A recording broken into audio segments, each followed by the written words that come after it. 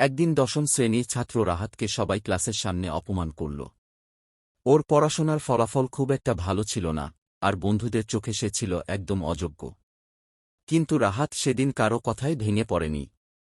সেদিন রাতে সে চুপচাপ নিজের রুমে গিয়ে আয়নার সামনে দাঁড়িয়ে বলল, তুই যা পারিস সেটা প্রমাণ করে দেখাস। সে নিজের জন্য একটা পরিকল্পনা করল। প্রতিদিন ৬ ঘন্টা পড়াশোনা করবে, সকালে ৫টায় উঠে দৌড়াবে, আর নিজের কোনো সময় নষ্ট করবে না। পরের কয়েক মাসে রাহাত ধীরে ধীরে বদলে যেতে শুরু করল। ওর ফোকাস আর ডেডিকেশন দেখে সবাই অবাক। যে রাহাতকে সবাই হাসির পাত্র বানাত, সে ধীরে ধীরে পরীক্ষায় সবার থেকে ভালো করতে শুরু করল। শুধু পরীক্ষায় নয়, ক্লাসের বিভিন্ন বিতর্ক প্রতিযোগিতায়ও সে বিজয়ী হতে থাকল। একদিন সেই একই ক্লাসরুমে, যেখানে তাকে সবাই অপমান করেছিল, শিক্ষক রাহাতের নাম নিয়ে বললেন, এই ছাত্রটাই তোমাদের জন্য উদাহরণ।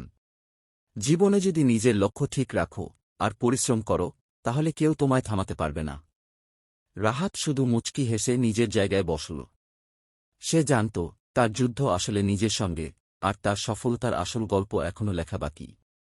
সিগমা মাইন্ডসেট হল নিজের উপর বিশ্বাস রাখা আর কঠোর পরিশ্রমে নিজের ভাগ্য বদলে ফেলা।